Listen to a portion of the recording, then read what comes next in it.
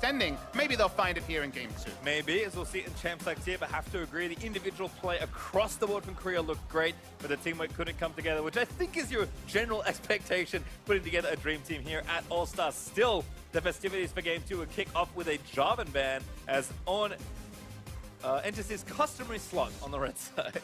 Well, we saw him once. That was definitely instant regret in that particular game. One too many times, you have to think. As Lee Sin actually taken away as well. Looks like MLXG has a big target on his forehead.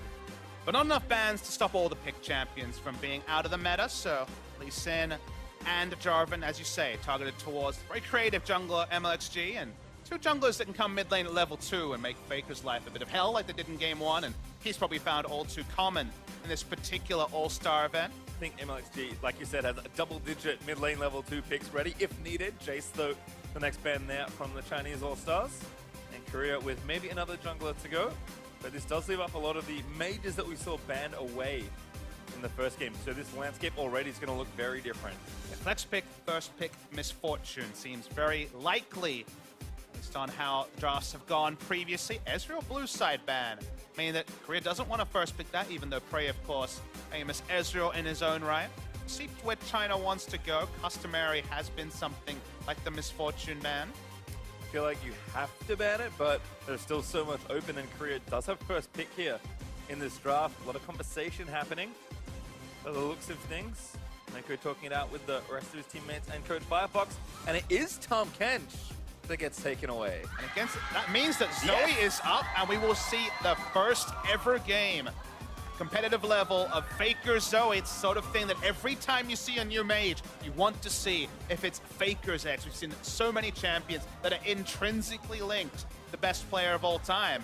It's the first chance for Faker to make his mark. I mean, I've seen it in solo queue from Faker, and it's disgusting as far as all things are concerned. So, but what are they surrendering to grab that pick is what Sejuani you have to and answer. Misfortune. Misfortune, very commonly a first pick Zoe, given how much she's risen.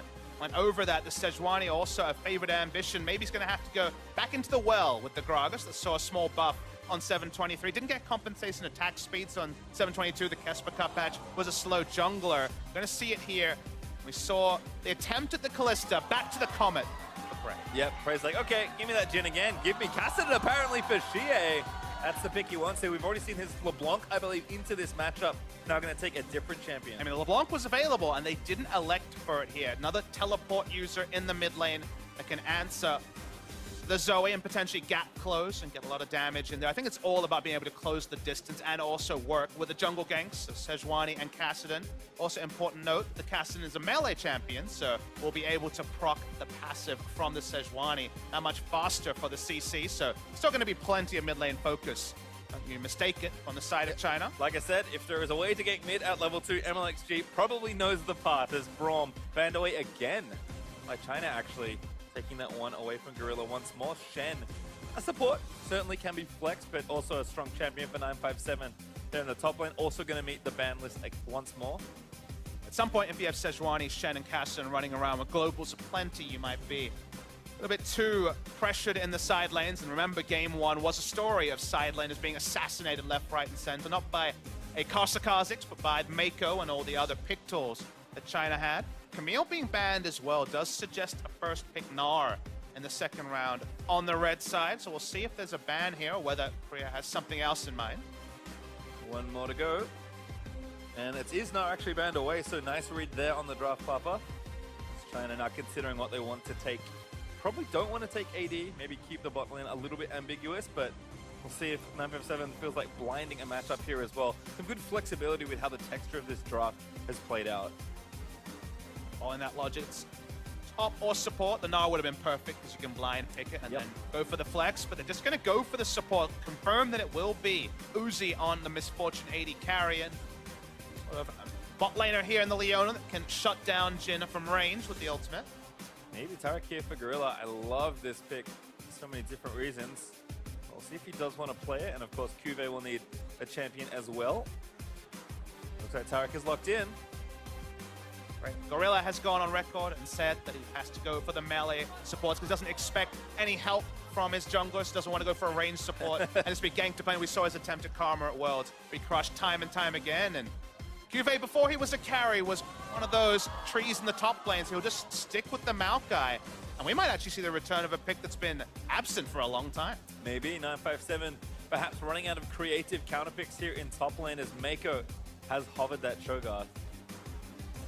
Very solid lane into the Maokai. Will just be a farm lane though, and it will be locked in. So first Cho'Gath of recent memory, first of All-Star, broken out in this game. So it's going to be a lot about Xie on this Kassadin. Already had a massive Kassadin game in the group stage a couple of days ago. And try and recreate that here. And post level 6, the ability to very instantly proc the permafrost from the Sejuani means the Faker's life gets no less tricky in this game. Certainly a shift though for both sides here. I think Faker set to carry a game if you can find an advantage. I want to note that Korea's lineup is very low on damage. It's pick damage only. Deletion from Zoe and Jin is a possibility, but I usually prefer something like Jin Azir, where you have a consistent damage mid laner to complement the burst that the Jin can put out. So certain timing, certain windows, 2 items, just like in the previous game, I think you can do a lot of work. But after that, your consistent damage options go down, and teamfight victories are no guarantee for the side of Korea. Certainly not, given how proficient China as a region has been at them. The world's frontline, like you said, has also made a return. So it's going to be tough to crack through that with all your poke. Also, again, looking to a much more fun bot lane. Double, somewhat aggressive melee support. I think Mako is going to have the initiative as far as aggression goes, but 2 very good lethality AD carries going to battle, and Misfortune does not get through often. We'll see if Uzi can show us why. And then Zoe. Faker's Zoe. No one gets through even less often. Exactly, and I think that will continue to be the trend. So powerful on patch 723. You start snowballing, you can recreate some of those other Zoes we've had pastry time and still pick up the victory, but snowball hasn't really been the story for Korea. Certainly has not, but if you're going to go down, might as well go down swinging. I'm expecting some highlights here, and even though I think the general favorites are on China, no one will be upset to see a 3rd game between these 2 teams. So let's see what Game 2 has in store as the Korean All-Stars move out onto the Rift for the 2nd time in the series. Snapshot in time, December 2017, that we get to see kind of the best players in the world in this particular configuration that so far hasn't captured the imagination like we expected the Korean team, but this one certainly could snowball very, very hard, and there's a bit more comfort here for Prey, especially a good Kalista player, but it wasn't really about the Kalista in game 1. It can be all about the Jin if Korea get a couple of early kills and start some snowball. Well, again, very defensive spread for both these teams. Certainly curious to see what MLXG does with his jungle route, though. Expecting a bit more aggression, and Ambition actually has Electrocute, which is sort of interesting. Much more aggressive from him. Normally see him on with a much more defensive Keystone Rune. It's just reading the matchup and saying, okay, we do have some pushing lanes, we do have some decent spots to actually try to play aggressively. You almost never see Electrocute on the Gragas. Usually it's a Jarvan or a Rengar that's going to be running that particular mastery, but can proc it fairly easily. And it says to me that he wants to play on the front foot, which is something we're not often given from Ambition. It kind of goes up or down, and he's needed to be a big playmaker in the early game, because like we've said, it reaches a point where Korea tries to look for poke, look for a pick against 3 tanks in the front line. Leona, a tank in her own right, and Cho'Gath and Sejuani, super tanks. So you need to start early if you're Korea. Certainly do, and has started early with a fat leash with the full shot from Jen. Smiteless on the for Ambition, who's now stopping by at the Wolf Camp. Comets are plenty though. Don't worry, we'll see plenty of those in the bot lane. Was never under any doubt. No, not at all. I did love the LMS game earlier where we had 2 Aftershocks and 3 Comets. I'm like, these guys know what's going on. Hey man, they're reading patch notes. Can't really swing your finger against them too much. Nice little trade here. So the action going to be pretty even between these two. It's usually when you hit level 2 on the Leona. The flare starts. Note that Mako is running Ignite, so looking for the all-in, but going to be zoned off here for the start of the laning phase. Yep, Comet hits Mako. Uzi gonna eat a W by the looks of things. Ambition looking top side. I've seen this trick, but usually on the opposite side. 957 might have seen it too. Flashes out of the way, but still gets rooted. Ambition follows up, but that was actually a nice flash from 957. Not sure if there was complete synergy there between the 2 Samsung members. Cuvée invested his flash, and maybe that was just the thought that, okay, I'll flash first, you can hold your flash to afterwards, but the body slam is then on cooldown. Doesn't mean it's going to run out of damage. They need to hit everything there and then Electrocute proc and still get a bit lucky to take down a Cho'Gath, who's very, very tanky early in the game. So nothing gained there, and flash down on both top laners. Yep, Smite battle won by Ambition. He was the one that had it, so not too difficult over the Scuttle Crab. And back here in the bot lane, there's a balloon and that melee minion, but I don't think Faker's going to make his way down there to get the summoner. Instead, it'll just represent some of the party attitude there in the 2v2s. MLXG is still suspicious of Ambition. Not going to know where he is. Blast cone, yep, goodbye. Interrupted, so doesn't get the full disengage, but nothing going to be gained from that. Surprising everyone though, MLXG still checking the opposition jungler now in mid lane. Very unpredictable here. Teleport back to that mid. GA actually going to do that pretty early to get back to his lane, and MLXG just going to zone Faker off a bit here. Also a bit about minions. Probably wants to get a very favorable minion wave position as bot lane. Yep. Engage there from Mako. Stun not going to hit. Mako actually walked past it as Uzi is looking for the kill onto Prey, but now Gorilla under siege. Root there lands, but Prey taking so much damage from the MF. A one trade there. Nice engage from Mako. Yeah, Mako was able to maximize damage, even get some extra orders. No fervor of battle, Ignar style, of course, any longer, but hits everything, sidesteps the stun coming through there. Here we go. Whoa, another one there. Prey getting ignited. Dazzle's going to land, but first blood over to Uzi. Mako going to live under the turret as well. And Gorilla, he's going to get down the double up lands. The comic does not follow, but a great gank there by Sejuani. And Mako playing the game of chicken in this case. Korea pushed forward, said, "There's no way you're going to take us down. You're so low in health." Great synergy between Mako and MLXG. Not teammates usually, but on this day, very, very clean, and here we go. Trying to get it rolling in the bot lane. And where they want it as well, Uzi gonna collect that delicious extra gold. And Prey, despite having summoners, did not have much hope here. I mean, the flash timing on Prey, half a second too late. Really nice stuff there. Could have been less greedy with his flash, but waited to see the animation, got the bad news, and went down for first blood. Serrated Zerk up for Uzi as well, so well spent early gold that he was gifted as Faker has a gunblade here in mid lane. Level 5 clears the caster creeps out from the back, and Xie, he's just backing off. Ruby Crystal, Null Magic Mantle does not want to be held down by this Zoe, and Faker has had a lot more pressure in this matchup. Just going to be running into the Lost Chapter, you'd imagine. It's a Sapphire Crystal. It's not the ideal first buy, but showing respect with the boots this early usually would be pushing towards something like an Amptum. So just been a gold value thing. Talked about the ability to proc that passive fast if you get into melee range, and she almost at the level 6 mark to make that possible. Yep, should certainly make the lane a lot easier, and given the CS deficit is very small between these two, I think she is happy with how it's going. Gets Drowsy, buffers out there with a blink in front of a minion, but Faker there with a bit of AoE, able to still land it, dodges out from under the Force Pulse as well. I mean, of course he does. He's Faker. You can see there's a lot of options, though, when Cassidy is hit by the bubble, is able to buffer out his R. He also has a magic damage shield. Some trading topside. Cho'Gath usually does very well in this matchup, it should be noted. Definitely helps when you're up a level and have your ultimate, but not enough health down. Silence lands, but no follow-up from 957. Running a little low on mana at this stage. It's Cho'Gath, he'll be fine. Yeah, he will. She jungling topside. Entertaining a dive, perhaps. Beast available, but for now, he's optimistic to make any more happen as Ambition gets the bad news. Yep, he's lost some camps and it's going to lose one more here.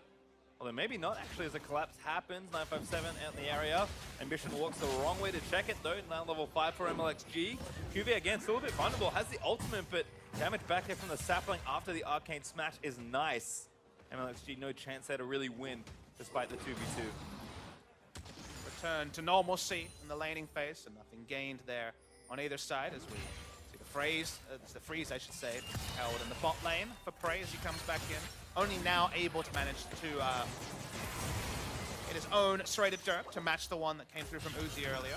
Some biscuits being delivered as well, so Prey again just trying to hold on in what is a very aggressive 2v2 lane. The poke does hurt from the Comet, but if you don't get all in, things generally go well. Unfortunately, that's what happened for that first blood, but things are settling down here. As Faker, long-range bubble, puts Mako to sleep, but follow-up root, that is actually dirty. You definitely see the synergy, but the verbiage you're using, things like hold on, is not something that Korea can do with a draft like this. They need to be making more of those plays.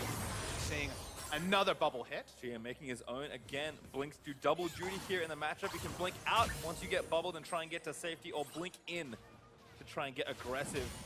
Zoe, that poke champ doesn't really do too much in melee range. Faker though, flopping over. Bubble not going to quite land. And Xie steals a blue buff. MLXG prepared earlier. And it was, as you say, a macro move that was prepared in advance with the vision advantage and the vision invasion we saw just a couple of minutes ago. So able to take away the blue buff, stop Faker doing as much fishing. Should be noted, the mana cost still very, very low on the side of Zoe. She's still going to have plenty of laning options and use her paddle star pretty freely. Any advantage you can give a Caston, who we have to keep mentioning is going even in CS with a Zoe, great for the side of China. Yep, she has counterpick working out nicely, but certainly going to need some ramping up time. And this is the sort of game that I've been waiting for, because we've seen walkover games for Zoe where she's so far ahead, everyone on her team's winning, and it's disgusting the result. Very nice stuff there from Faker. This is the much more even game. I want to see even. Good bubble. Zoe. Paddle star, no. Faker knows. Minion wave is there. Little lucky timing there perhaps with Gia, and MLXG is also there, which is a prediction, but a pretty easy one to make most of the time. Yeah, and Bishop's about to get done. Might keep going, TP back in, needs to buy a bit more time, but doesn't do it. Oh, he does throw it, forces the flash. Didn't want to trade flash, didn't have his flash up. Importantly, you can see MLXG in that particular only just gets flash now. Thought he had enough damage. The extra passive procs you can get if you hold on to your spells and time them perfectly leads to more burst damage from a tank than you'd expect. That's the flash out of Ambition. More safety for his laners, so objective done for the side of MLXG. Certainly good. Even steals away another camp here, continuing to invade Ambition. Take away his jungle. Easy. Currently alone in the bot lane. With Mako on her back, but ripping back down with Moby Boots shouldn't be too far away. There's no blue ward in the brush. It's a bit of a Schrodinger's Leona situation here, where no one wants to face check, so they can't necessarily push up and be too aggressive. Again, Uzi's landing phase going well. Got the first blood. 10 CS ahead here. Although, again, can't play up as much now with Mako back here. Also, with the ultimate ready for Leona, able to play a lot more aggressive. Comment there from Prey after the W, though, is nice. Moby Boots, even in lane, are actually pretty big for the Leona, because it means the solar flare positioning is going to be more reliable. It's going to be more on point. It can be behind the carry rather than max range from in a brush with no mobility. So happy times here for the China bot lane. I like the Merc treads there from Xie again, respecting there. Seeing a lot of confidence from the side of Uzi, which as a player we know, but maxing Q at the competitive level has been a bit dissenting. I was talking to Reckless, who was saying that trying to max Q and actually hit it reliably is so unlikely that you just go for E and hope for the comet pokes. But even against Prey and Gorilla, Uzi trusting in his own regard and going for the Q, and we saw two already on screen to get a bit of lane. It looks good when you land them. Bubble is wonderful from Faker, but again, another Rift Walk by Xie, able to get out while drowsy. I feel like I'm going to say that a lot, because that's kind of the matchup here, but Faker continuing to apply that pressure. Ghost's actually looking for a dive. Does he have friends? No, actually asleep now, but Xie has friends. Faker still trying to get out there, but going to get locked up. Portal jump now, back to the same spot. Xie Rift Walks for the kill, and now hell is unleashed here in the bot lane, but Uzi's ulti a deterrent, but not much of one. Double up Lance, Comet going to follow. I like a bit of frustration from the side of Faker, trying to make a play with no coverage of his own. Sejuani was there. He got the first kill, and we've seen this a couple of times already. At it again. Ooh, damage boosted forward. Ambition gonna get stunned up. MLXG is just being a pest. Might be more than that though, but Xie recalling instead of diving. MLXG even poking between two turrets. It's not often that the Guardian tank jungler is effectively turret diving the electrocute tank jungler. That's a bit of a head scratcher, but that's just MLXG things in this game too. Might even extend that to bot side here. This is a pretty cavalry 3v2. Mako finds a great op from Gorilla. Not going to die in the duration. They're going to have to wait it out. But again, MLXG is still unknowing. Gorilla burns a flash. Nails Prey with the ultimate there. And now the flash forward. MLXG gets a well-deserved kill. Ambition back to the bot side, but Uzi with MLXG body blocking flashes out of the way. Once again, we see so much proactivity from China. They knew that Gragas would be there second because he just chased him out of his own jungle. Moby Boots Leona closed the gap as well. He may be doing a lot of damage to 957, but I find it unlikely he'll be able to take him down. But it's so coordinated from China. These are the sort of things that show you the benefit of the boot camp of 2.5 weeks, because even though we said already it's two teams, it's three teams represented, two duos and the mid laner Faker, China are on point in ways that Korea can't match. It's so smart here again. Just go for the 2v2, forcing a flash at MLXG. I mean, MXG doesn't get involved early because he's waiting out the duration of the Cosmic Radiance. Whichever target he hits his ult on, he trusts the damage of his carries. Ambition is their second. Realistically, nothing he'll be able to do, and the advantages multiply for China. MXG, though, protecting his teammate. Actually, watching that back, looks like Uzi didn't even need to flash, but did so just for some safety. Great play there overall, and a good bit of patience from MLXG. Nets him almost 2 kills there on the bot side as Uzi still ramping up. Ghost play done. 3 kills to nothing there on the side of the Chinese All-Stars, and they're up 1,500 gold. And this is the team we say could afford to fall a little bit behind. Redemption in the mid lane there. I'm assuming that was Zoe's. MLXG was looking back in. GA still diving, a little out of mana though. And we'll call it off. Faker just missing the extension on that paddle star. Skill shot accuracy on the Trouble Bubble, certainly worth complimenting, but not in kill range in any of these moments. We are seeing what I was mentioning earlier, though. The more close in terms of levels and items Zoe is. Bot lane MLXG set up a tent a couple of times this game. Yep, back ready to go. Prey still with a flash. Use it in the dive. Died before it was relevant. MLXG is being patient, and this minion wave's coming. Cassidy coming down as well. And they're backing off. Could be 5 members. Ult here mostly for wave clear. They don't want to lose first turret of the game, but certainly no one in kill range for Prey. Yep, you can see all the block. Nice little scrum created there from Mako and MLXG. A rugby reference, I like it. A little root on to Mako, could be problems. Actually took turret. Uzi though! Oh my goodness, Gorilla dies. Prey dead as well to MLXG. Now he's going to be a kill, but Uzi actually gets rooted on the other side as Faker and Kube join in on the action. Damage still there as Xie. Look for that reset at 957. Eats Ambition. And Xie still chasing. Portal jump there from Faker trying to buy some time as he nails the bubble. Buffers through. Gets the give up. Faker finds the assassination. And now it's Kube trying to fight Faker with no help. Does get the extra kill. Kube will grab it instead. But that was a great turnaround from Korea. Very aggressive move from China, but this time Korea is in position. When Cuvée teleports down, his bot lane is already dead. There was a double kill before the Cats even registered from the ultimate there from the Maokai. We're going to see the replay. China feels strong enough to turret dive because there's already 2 effective super tanks for the early game involved. By the time Cuvée comes in, you think it's too late, this can't work, but they get Misfortune under turret. She's dead, so that means the Cassidon's the only big damage dealer. This is some very nice skill shot accuracy for Fake. Yeah. Tracking it here, Drowsy as he went in. We've seen a lot of buffered defensive use of the Riftwalk. This was actually a buffered offensive use. Leads to his own demise. They take down the Cho'Gath as well. Doesn't necessarily reset the game, but important kills for Korea. Certainly was, and that was not forced at all. There was an option to get out of the way after the first part of the dive went pretty well, but there was no going back after that, and a swap here from the duo is going to give them a turret trade. Teleport as well from Faker. Looks like he stole that one also. 957 in trouble, getting Drowsy. Picked up there by the root into the stun, and I don't care how tank you are, you're not going to walk out of that CC chain. Prey finishes that off. Able to get the kill confirmation there. They're looking for a second turret as well. Now it's Korea trying to increase the pace of the game. That benefited China in game 1, and this game, with their comp, it benefits them. Ooh. Ambition. Here trying to block, but too much damage. Oh, the Jimble, not enough. Great ult as well from MLXG to defend himself, but Kube finds a kill instead. Here now diving back in, but he's only got Kube as the closest target. Gotta be loss minimization from China. They're still looking for scraps, outnumbered against a comp that is hitting their 1 and 2 item power spikes. Youmuu's and Morellonomicon complete. They looked for a second turret there, did Korea. China thought they could head that off.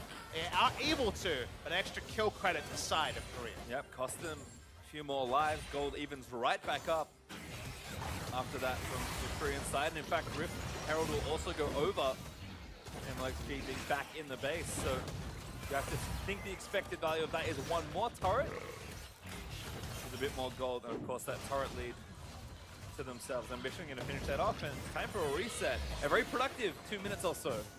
It needs to continue. Now, this needs to be a game that Korea finds a 5,000 to 10,000 gold lead pre-30 minutes. From 30 minutes onwards, you kind of shudder at the possibilities from the side of China. It's not like there's a landslide scaling advantage. There's certainly a lot of more options for China. But a push from the Cassidy as there's another paddle star hitting. Yep, Faker chunking Uzi to about 50% health. Certainly getting stronger as Faker had a bonus flash ready to go. Able to head off that potential gank. Ocean Drake is up. Looks like the pings are pretty aggressive there from the Chinese side, so they'll look to take that for themselves. Late first strike of the game, 17 minutes. There's been other priorities we saw from the multiple turret dives already this game. So Ocean Drake complete. No chance of a contest from Korea. With Prey wave clearing in the top side. Returning to the scene of the crime and getting more turrets top side, and potentially a 20-minute Baron seems to be more of the speed here for Korea. Yeah, and again, you mentioned they do have to push the pace, but the Chinese All-Stars should have a pretty good way to extend this game using the sideline pressure from 957 and Xie. Teleport mid laner here, already pressuring 1v1 versus Cuvée, and Prey is playing very far up, but he's got defenses here as they're going to try and finish off that turret without using that Rift Herald. Playing the map evenly is probably what China wants to do. They're happy to just take objectives elsewhere and opt out of the strongest point of the game for Korea. The Dirk items completed for the side of Prey. They do own the top red side jungle of China, do Korea, and as we said, as the Baron starts to spawn, it does become a bit of a headache for China to deal with. Looking for picks is Faker, predictably on the Zoe, but for now, just a very defensive formation. Yeah, got to break the game open a little bit more to try and get that snowball. Ultimate from Mako hits Ambition. And interrupts it. That wants one to go. Cuvée, they're wrapping around. That's going to be enough here. Uzi should fall in the front as Gorilla gets it. Stun there in onto Prey from MLXG. Nice ult, but a little late. Very lazy use of the Rift Herald. Gets it interrupted. It's still going to get the turret, but could have gotten more here at Korea if it was a bit safer for Ambition. It's good knowledge by Mako, but it meant they didn't have the ultimate available. Uzi goes down, and they're looking for 2 turrets anyway. Nice time from Mako, but they are going to keep going here. Still Uzi down for 15 seconds. Waveplay not really there with a Kassadin. So Korea should be able to take this. Faker is just constantly throwing Paddle Stars into the middle of the map. And it is going to be 3 turrets to 1 now. If you ask Ambition, it was a bait. They'll say it was just a bait. They still got the 2 turrets. Nothing ventured, nothing gained. But apart from that, Korea get the advantage they're looking for. 2 turrets in the mid lane. Suddenly now, even with a fairly slow Baron team, at the end of the day, it's not an auto-attack AD carry with a Blade of the Ruin King. It's not as much consistent damage in the mid lane. Baron threat starts to extend with such long lanes in top and mid lane. As we know, when you're channeling the Rift Herald, you can be cancelled by any form of CC. With Cuvée with the nice flank, something he had to give. Uzi goes down, and on the back end, 2 turrets is a nice win for Korea. Certainly is. Now Faker actually popping up to this side lane should be able to smash this minion wave down pretty quickly as a Protobot on the ground to pick up if he wants it. We'll just have to see exactly what he opts for. Again, just clearing this out, getting that pressure down, burns the free flash and picks up the belt. I'm never going to not first fail flash or fat finger flash before I realize that it's just Zoe using her extra flash. I did learn recently that the game actually protects you from messing up if you have 2 flashes. If you have a flash stored and you hit D, which is my flash key, and that should be everyone's flash key, you use your stored flash, not your actual flash. So the game even protects you from being silly. I always appreciate a little bit of extra insurance to not go for the fail flash. That's good to know, patient time. There you go. That's my fun Zoe fact of the day. As Infernal Drake is the next one. Maybe China can find something there as they look to push this game later and later. And the gold lead again, certainly not untenable. Less than 2,000 gold between the 2 squads. Kassadin now with a Lich Bane scaling up. Really interested to see if Korea can cement the advantages around this head. This is the stuff they prepped earlier. They're still pushing forward. The buff does go to China, but... Ooh, that could be actually a CC chain. Very nice. Tries to buffer out with his interplay, but can't quite do it. Still the damage is there as Prey's firing away from the other side. Cuvée got flamed by the carries, but I don't think that matters too much here. MLXG looking to get tagged, but now 957's been caught. He's going to get stunned out. Uzi with a great op, but Ambition cancels it with the cast. It's just mayhem here as Xie does actually assassinate Prey, but the root lands in onto Uzi. Cuvée there follows up with a twisted advance as Xie is trying to tie it all together, but now he can't quite get it. Rooted again. There is Cuvée, looks to finally chase. Faker looking for the paddle style, lands a long range bubble. There's the start, gets the assassination, and that's going to be a team fight win for the Korean All-Stars. Different type of pick city, but it's working because of Faker's accuracy. They're looking for this mid lane inhibitor turret as well. All the damage is down from China. They just have 2 tanks with some wave clear, but they just can't walk up. Don't think they can. Too much here as Faker should have enough damage to poke them out of the way. They'll break the turret, but leave the inhibitor alone. Don't want to overreach here. We were looking at a game where no turrets had gone down, inner or inhibitor, at 22 minutes. You would already be thinking about a China 2-0, but they've been able here, Korea, to accelerate the game, much like China did in the previous game. China opting into fights where Korea can actually still win them. It was a nice flank from Cube to start this all up. Xie and Uzi are out of the fight for a lot of it. It means that even though the tanks are putting their life on the line using CC, there's not a lot of damage as the fight goes on, even though they got the pick on Prey. Unfortunately, Uzi ended up out of position at the end of that fight, and all too easy to pick him off. G8 falls quickly after. I mean, getting into position when you're playing in an area that you know the enemy has had time and time again to put down wards is hard. You lost out so many auto attacks from Uzi. So much, the bullet time was instantly cancelled by Gragas. You saw Ambition hold onto that cooldown on his signature jungle pick. He's not able to really put out the damage they need here specifically, even though Misfortune and Cassin had decent numbers. They need to be putting out big damage because they have an ultra front line that is really there to facilitate Uzi and Xie just being the big stars. It just didn't work in that particular go. And that graph basically tells you what teamfight should look like if one team's going to win versus the other, despite the numbers being similar, like you noted. Not enough or not in the right places, even though Prey did fall. 10 seconds over that Infernal Drake Baron on the table for the first time this game. But again, I don't think China quite have initiative. Gold lead's still close, but Korea playing with a lot of momentum and a lot of map here. Faker understands what he's facing. No Lich Bane here or something targeted to kill Squish. He's gone for the Void Staff and the Haunting guys. Not even a Leandri's finished yet. Just look for the burst. They need to burst now before the extra items start to roll in. The luxury tank items are the 3 tanks on the side of China. Are we going to be a free Inferno? No, it's not, because China's straight on Baron. Yeah, not going to be free, but they are going to force Korea's hand. Remember, they have Feast for the Cho'Gath here. Juve already in the area, ready with the ultimate. This looks like a disaster. You probably have to turn here if you're trying to, but now sitting on it, they do have Cho'Gath. Uzi trying to zone out of the way. They're committing to the Baron here. Mako trying to get Ambition out of the way. MLXG does actually smite it. It's going to be a kill, though. MLXG skirts away, but Prey finds the snipe to get the kill. Korea just need to try and get as many kills as possible as Uzi strutting his stuff up towards that top side. And somehow MLXG secures that in the face of chaos, and he's the only casualty. China made the read that if they didn't go for the Baron Force, they'd probably be strangled out from the advantages that Korea had gotten. When you have your inhibitor turret down so early in the game, how often can you actually get a vision line down and not get punished in multiple parts of the map? In this case, they go for the burst because they have Cho'Gath, who's been out the meta so long. It looked at Fiesta, it looked at Disaster. Oh, they had trust. He almost stealed it. Actually, he's going to go in for Prey. He's not going to die. No, Uzi actually does get the last laugh on that one, but Faker drilled Xie with a paddle star, but Uzi able to grab the double kill. That was a costly Baron for the Korean team. Yeah, some bonuses for the side of China. They may pick up the Infernal, but no more. Vision takes a top lane turret. In the face of all this split pushing, thinks he's Karsa, I guess. Oh, Faker only slept Cho'Gath. Xie still chasing. Ultimate's gonna miss from Leona. Faker pops his cleanse though. Cube left out to dry perhaps, but he's pretty tanky. Paddle Star does not extend properly there for Faker, but still chasing down. Can go for it again, but yeah, just a heal. Unfortunately, can't get anything else as Cube just gonna die to the ultimates. He's trying to buy time. He's still gonna try and kill Uzi, but Uzi is gonna kite his way out to safety. Cube, though, he lives through it all. These tanks are comically tanky, but the damage is so low. We're still fighting. I mean, 957's gonna try something. Carry gonna recall out of the way. Xie here to join in a bit more damage. Cube looking to get low. I think he got Feast up. Mako finds a Zenith Blade Ambition. No, he's the one left alone, but a root there from Prey should find 957 stunned and killed by Ambition.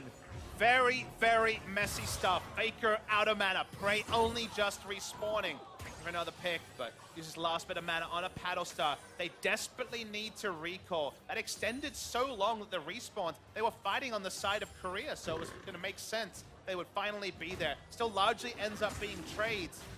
Their overall, the Baron buff duration, you have to mention though, was worn down over the course of that. Yep, only a minute 20 left as the trend of junglers taking top lane turrets continues. MLXG able to return in kind, taking that out of there in top, and Uzi able to answer in mid for his team. So the turret score getting a little more even. Finally, the map is opened up for them. And they're perhaps their next opportunity. They're ahead in goal ever so slightly, and You said 30 minutes is where you want to look for that kind of 5,000 gold lead on the Korean side. We're 2.5 minutes away and we haven't got there yet. That's why my instinct suggests that Xie having the option of being a side lane Kassadin and teleporting in will be trumps. Because even though we talk about there being more consistent damage on the side of China, it's not massive. Misfortune largely about bullet time, especially with the build and the current meta. It's still burst on both sides, as the Lich Gaston shows us. There's some more burst. Good bit of poke, but now the hard engage coming in from China 957. Just throws out a bunch of spells, doesn't grab them. Bubble angle not there for Xie, and everything dissipates for now. Turret's not that easy for China to pick up 5v5. Only Misfortune is a ranged auto attacker, so short of a pick, they kind of have to push in lanes, play the side lanes, and then reevaluate their options here. They don't have a Baron to return to. That, of course, will spawn in a couple of minutes' time. So just go back to the side lanes, take a deep breath. The next big pick here, which leads to the next Baron. I think the next Baron really will be the sealer on the momentum game of what is now the mid-game truly here in Game 2 of this series. Well, certainly things have calmed down. Now the bat has faded away. Having a quick check in on inventory. Certainly tanks starting to get a little bulky. MLXG with the Warmugs. Their Uzi also able to fell just about any opponent with maximum lethality / armor pen built in. Now that he's finished Lord Dominic's regards. So certainly getting there. Faker also building his next major item. Looks like Leandri's getting skipped, at least for now. Definitely wanted that early penetration just to try and be as threatening as possible with all that poke. Team fights have been very, very chaotic. It is weird to see tanks and, like, I guess, a regular team fighting comp from China versus 2 poke champions for your carries and some tanks and a Taric. Exactly, that's why they're surreal. It's very hard to track the extended fights because it's delayed for so many different reasons. Tanks can just pop out, get some Warmog's health back, come back in. The damage dealers are running out of mana. That's how comically long the fights are going. To me, the only real differentiator is that Cuvée has the ability to teleport easier. Is okay mid lane. Driller not going to go down here. Actually pretty healthy as he heals himself back up. Now going to pop that Cosmic Radiance. Ends up being a bit of a waste. China though looking to re-engage. Ambition going to get tagged. 957 looking. Oh, Faker portal jump, but he gets away. Now rooted up. Stun's going to land in from that Dazzle. Faker still poking 957. Jin ultimate going to let it rip. Mako going to tank what he can. Cuvée though with a great flank, zooming in forward. Mako trying to tie them up on the other side of Xie. He's so late to this fight, but Uzi lets it go with the bullet time. So much damage as prey. So low, Faker still lives, but Cuvée, he's left out to dry. Interrupt there from Mako on the ultimate from Jin. Wasn't able to put out damage. Misfortune got the maximum. They finally want this turret, but it's still not trivial. Faker again still here. The damage dealer's alive, looking for the bubble angles. Makes MLXG drowsy, but 957 gonna silence any follow-up. Root there lands. Faker trying to follow in, but can't quite get there. Uzi still threatening as well. A 2-for-1 is still not good enough for China to even take an inner turret, let alone an inhibitor turret or an inhibitor. They'll back away. Baron is an easier objective for them to pick up, but they're only inching forward with team fight victories. They're not getting the famous pick into objective. They're just being able to pick up gold. Gonna see the replay here. Mako the real star. You see the setup from Bray. He's still got tanks in front of him. He should be so safe when he opens up, but Mako walks past damage, interrupts him. No such interrupt for Uzi this time. And again, ties the rest of it together. Just a great rush from 957, and Uzi knows that's the go button. He's under no threat. He's able to open up and put out damage, but the 2-for-1 doesn't mean that the inner turret goes down because it is such a melee-focused comp. So we get to back away, and we're still no closer to knowing who steps away with the victory. Oh, another fight's gonna brew though. Ultimately gonna miss from MLXG. Root there onto Xie, but he'll be safe. 957. Oh, that was a teleport somewhere. He cancelled. Okay, that cooldown's gone real quickly. I think Cosmic Insight might have something to say about that one. But it looks like Korea with the Baron up, gonna go straight to it. This is the play they couldn't quite find the first time around. By the mini-map, I guess Misfortune is trying to take down the Ocean Drake in all of this. Ooh, MLXG gonna pop away. There's the Drake, 957 with a feast. Able to do with that pretty comfortably, and now it's just a lopsided map here as far as where the objectives you want are. And remember, mid-inhib is still open on the Chinese All-Star side, so if something goes wrong, it's probably gonna go wrong real quick. We could have ourselves the game 3, but the tenacity of this All-Star team to hold on to what's been a really tough game to try and crack teamfights in is impressive, but Korea still have a strong foothold in this one, and currently they are the ones around the Baron area. But China now with 2 Ocean Drakes puts the game in kind of a peculiar situation. Team fights certainly haven't been quick-paced time. They've been very extended with double Warmogs and double Ocean. Really to turn around and sustain after burst trade. It's massive as RC Bubble does hit on Szechuan. It's broken up. Too many tanks. Looks like Xie is going to try and make something happen. Something ready to rise. Should Cask again. MLXG already too low as Mako. Going to get rooted on the other side. A snipe from Prey finds MLXG. And that's going to be it for that team fight. That does mean the smite is down. They're going to turn onto Baron. Cho'Gath has Flash and Feast available, but certainly not a reliable pickup. Feels like Korea want one more pick, and then they'll start the Baron. Well, see what pressure can happen, but Xie could not find any way into that fight. Baron speed, not something to really write home about for Korea. Expecting there to be a bit of a turn. Baron at 8,000. Yep. Need to peek in there, though. Oh, they pull off, looking for a pick. They find one. Mako cuts his hand to play it away. Xie moves in, but he's got no squidgy to try and assault Uzi. Back in though. No ulti ready for the MF, but that's already another kill for Prey. Mako falls down. 957 defensive flash to get away. And Faker's still going to chase. He's got so many flashes. 957 just has nowhere to run. And Faker on a rampage gets the next kill. Looking for Uzi, doesn't quite extend with the bubble over the bit of terrain. Uzi though on the wrong side. There when he's doing it. Oh my goodness, Uzi almost gets popped. She is going to go down to Faker, and Uzi cannot run from the free flash. Faker just going to chase him down. Faker is running away with this game with the Zoe. We wondered in a more close game, what would Zoe show us? 6-1 and 6. Faker being the difference in these fights. Just like Misfortune couldn't be shut down 2 fights ago, this time the Zoe got to hop, skip, and jump with flashes aplenty. The kills followed through, and maybe finally it'll be the Baron. And all without a lit fin. Faker playing what you might deem fair Zoe here in this game, but immaculate set of team fights there from him, and Korea will claim Baron in this game. I shake my head pastry time because it feels like Zoe is doing Kassadin better than Kassadin himself is able to pull off, because otherwise the supporting cast around them is very, very similar. The interrupt happened on the bullet time earlier. We're following this fight. Korea are 5 men chasing on closest targets, so even the tanks aren't tanky enough to keep going. But it's Faker's inventiveness, specifically on Uzi after this all happens. Watch the Paddle Star coming through here. Misses the Trouble Bubble, goes for the Paddle Star, hits the max range, almost one-shots Uzi. There was a Lich Bane, even a Sheen would have just been dead in that scenario, but picks up flashes after flash as the fight extends. Goodbye Uzi, and hello Korea, maybe going 1-1 in the series. Yep, as good as dead after thieving that flash with the W. Prey also doing a lot of damage. People kind of underestimate the lethality AD carries sometimes in the late game, especially against big tanks, but you shoot them enough times, they're gonna die. That probably applies to most. Yes, well, that's level 1. This is again, Faker, long range bubbles through terrain. Just poking. Looks like he's got the paddle ports down as well. But just like Korea have not been able to return to mid lane, we were talking about China's inability to return to the chunk turret in mid lane. It's been very difficult for both teams to actually cement objectives with the maximum, which does represent inhibitors, inhibitor turret. The inhibitor turret was getting so much earlier by Korea in that mid lane. Seeing them try to take down all the inner turrets, that's at least the medium level objective here for Korea. Again, it may be more unconventional carries here for Korea as far as their team comps go, but the reality is, in a team fight, you want to win hard, you have to kill carries no matter what. We've really only seen tanks go down, with the exception of that last fight that led to that Baron for the Korean All-Star team. So you're kind of going to have to play defense for a minute 30.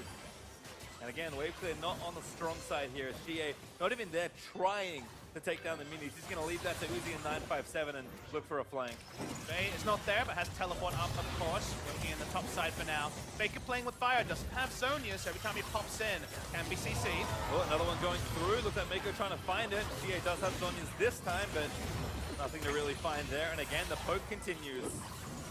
Not able to draw out the teleport either. Haven't seen a big chunk, and 957 in the back way with Warmogs. Faker makes a big play there, flashing forward actually. Burnsy's real flush for that. Really going to get stunned up on the front side as a silence lands in. Double rupture's not bad, but Prey, he's ready with his ultimate. Going to try and knock some tanks down. Everyone just guarding 957. Mako eats the last hit, and it's not pretty. Just want to find some free time with either of the inhibitor turrets. Maokai still hasn't teleported, still not there. He's going to finally start hitting the top lane turret. Enough people have had to recall. Couple of shots and this turret's dead. Just short on that paddle stuff of Faker to try and hit MLXG after that CC chain. Again, another Drowsy. Stuns are easy after that point. Mako locked up for a little too long. Cosmic Radiant's going to extend the team fight easily for Korea. Cuvée now walking for the long-range ultimate. Gonna try and get the ultimate flank happening. It's gonna roll on over. Uzi doesn't quite get tagged with the inhibitor. Also dying in and amongst the mess. It does fall. And Cuvée maybe a little too far forward. Korea don't want to lose too much on the rest of this play. Redemption though, he's gonna reset things. The fight still going here as Mako barely gonna live. Another great interrupt. Uzi just can't catch a break. And Prey moving forward, trying for 957. The root is gonna get his ambition to kill is the kill. And slowly but surely, Korea are grinding through this front line. Really feels like the tortoise and the tortoise. No hair in this game, pastry time. Everything is slow and steady. They can't return to the mid lane inhibitor they set up earlier. They do take the one in the bot side. They back away. Korea's one team fight away from closing the game. And again, we identified level 1. Shoot them enough times and they will die, even if it takes a long time with tanks. Well, when you have most of the CC available to you, it is a lot easier to get more of those shots off. Korea, a long extended fight, finally slay the beast in 957, and they will be rewarded with the inhibition bot side and the Elder Dragon. With 40 minutes on the timer or so, we've been able to come to some other conclusions. Zoe's consistent damage may not be as severe, but it's been enough to carry what usually is expected to be a 2-burst threat comp on the side of Korea. It's been really well executed by Faker. Zoe living up to the billing. Very, very long extended fight here where you thought maybe the Maokai would go down. Got redemption as he went in with a twisted advance, and finally they picked up the first kill onto 957. No ability to close the game here. That was the truth. This is Zoe stronger than expected. That was surprising given that we already had her right up the top. The other thing we've learned is that when Korea are playing proactive comps, you see a very different story. Reactive in the previous game, reactive against the LMS, eventually bowled over. In a game like this where they've tried to be proactive, Electrocute Gragas told you that they were thinking early game aggression. It's been a different story. It really hasn't. It must be tough for China because with a Castle they still can't kill these carries. Big flank from MLXG though. Just be spotted just about now. Oh, Uzi also got chunked out. In fact, he might just be dead here. Everyone blocking. Shia even Riftwalk to protect his teammate. Needs to run away. Gonna make it back to the fountain out of the cone, but that will concede this mid inhib. And that's fine. 3 inhibitors down. Cuvée took the top one earlier, so 3 inhibitors means ultimate turret defense here for China. The Baron spawns in a minute 20. No real way for them to contest it. They would love to close the game now if they can. MLXG is still on his mission, by the way. Still running through mid lane, looking to clamp this over. Shie also made it through. Again, need to get to those carries. Faker and Prey must die. He's gonna try and win a team fight. Grinding through this is not gonna work by the looks of things. Faker has a locket. Wait, that's pretty good in this last little push. Just so he thinks. Just so he thinks. Because again, just waiting for the minions to do the work for them. Elder Dragon buff still there for a little while longer.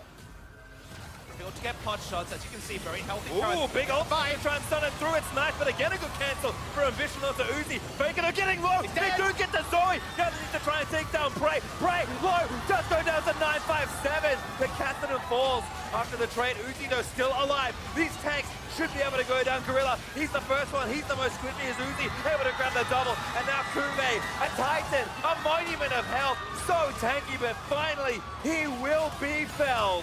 First ace of the game seems imminent. This tree is so damn tanky, though. I said he'd die. I didn't say how long it was going to take. There's the ace from MLXG. China with a miracle defense. Found just about the sharpest axe to chop down the tree, but everyone going down early in the fight. This actually wasn't a teleport flank from Shea. He just went for a walk, realized that it was now or never. The ultimate is arming, but notice that Faker is not affected by the Cosmic Radiance. 100 units forward, 1 Teemo forward, and he gets the ability to live through it, but he gets burst down for once Shia finds his man. The trade works out though because Uzi is free hitting. It's not just a bullet time, it's auto attacks from the Misfortune for the first time in the game. And with 3 inhibitors down, with that ace, they actually get enough breathing room to actually take the Baron, although in the base, holy crap. Base is in trouble as Mako and 957 plus GA trying to do something. 2-man Baron is successful though. as we have officially met the longest game in All-Stars as Uzi cancels that one, but should be safe to get back. Actually going to run back with those fancy boots. I mean, any help they can get with killing these minions is useful. The Baron buff will be a delay tactic. You always wonder if teams get a bit close to the paint and think, is it time to go for the all-in? The P.E.K.K.A, of course, not with a Kassadin this time, but no Lich Bane yet completed. The side of Faker, maybe not even going to be the item opted into. We'll see what Korea decides to do, because Baron taken off the map by the rush there from China. The Elder Dragon not spawning for a while, so for now, inhibitors start to respawn. Back, actually, I think. Bottom comes back up, mid's very soon away. I think, unfortunately, that means the potential plan of Pop Taric Ult and Zerg the Nexus is off the table, briefly. I mean, the other inhibitors are down, so you can still start rushing. Oh, there's one more on top. I forgot about that one. That would explain why the base all died. Yep. Thought it was only 2. I was mistaken. Mats was never my strong suit. Well, inhibitors down, all right, second one close. down. Still one up in mid lane, so that's the third one. They still can look for the Zerg. They want minion waves here, though. Yep, just gonna again meet the waves, poke down this inhibitor. No need to be impatient. Thing is, though, at 45 minutes, the Zerg fails. 5 members die. You could actually reverse lose this game. Unlikely, just because of how long you'd have to travel, and super minions likely to be in multiple lanes, but becomes more and more of a consideration as the game goes on, and even taking down inhibitors is hard, but just Jhin and also the Zoe to actually get the range damage in. Well, haven't been in esports all that long, but transitioning into losing a whole base is never good. Cosmic Radiant's gonna get popped. Uzi, he's being so patient, trying to bet the ulti out. They do get it. Objective was smart there, get the ult, back away. Now Kassadin finds the back line. The Squishy Santa, the Zoe, will be assassinated. We'll see what Kassadin Ooh, re-engage. Shea actually not on the same page right now. Juve again tanking it all. Need to save everything, but it's just a little too chaotic. The rest of them will move forward. Shea looking for the assassination in the backline. 957 gonna run interference. Faker again gets the damage down onto Shea, who's now forced to move out of the way. The tanks are slowly dying as the Stoneblade is popped by 957, but no one is gonna die here right now. Faker again, a bit more poke, but the Cho'Gath is just so tanky. Ambition re-engages, tries to find a carry, but that could be bad news. Bears Ambition getting so low. Lets it go again, and they do force a 5v4 ulti. Hits Bravely, Captain jacks the crap out of that one. And now Kuve forward, stunned him by the Sejuani. Faker still trying to find poke, but it's 957 and the rest of China will not be deterred. Take a deep breath there, Page Time. These fights almost never end. Back with the Baron buff still. 40 seconds means they can start to push these waves out again. Finally, mid inhibitor respawns, but they've lost top once again. Still going to be options for Korea, but inching forward is just that. Inching. They are not able to get any shots on the Nexus. Take a deep breath, reassess. Korea looking for this 5v5 is not reliable when it's in the base, when the terrain does suit the defending team. Not a whole lot of downtime though, as Baron is back up in not quite 10 seconds. Recalls being channeled by the Korean All-Star. Could open a window, but barely any vision for either team on the map right now. And I just love the kind of hushed murmur of the crowd trying to really understand who really is in the driver's seat. If you look at the map, you think, yep, definitely Korea. They've got the inhibitors down. And you can't fully disagree with that point, but they are really struggling to find any sort of large advantage in the base. It's almost like they need the enemy to come and contest a Baron, an Elder Dragon, actually have flank routes exist for QV to get into the backline, because backline access in the base, it's almost impossible. Sidewave's also looking good, at least for now. Looks like Engage is going to be found. MLXG going to try and find something. Tanks getting kind of caught up in the top side, and Ambition is so low here. Find the assassination, Uzi! It's going to let it rip one more time. Can't cancel with no cast. Cosmic Radiance used there by Gorilla, but again, another 5v4 with Ambition. Dead Faker almost one-shots Uzi is great. He's trying to find a bit. Shea is going to force him away.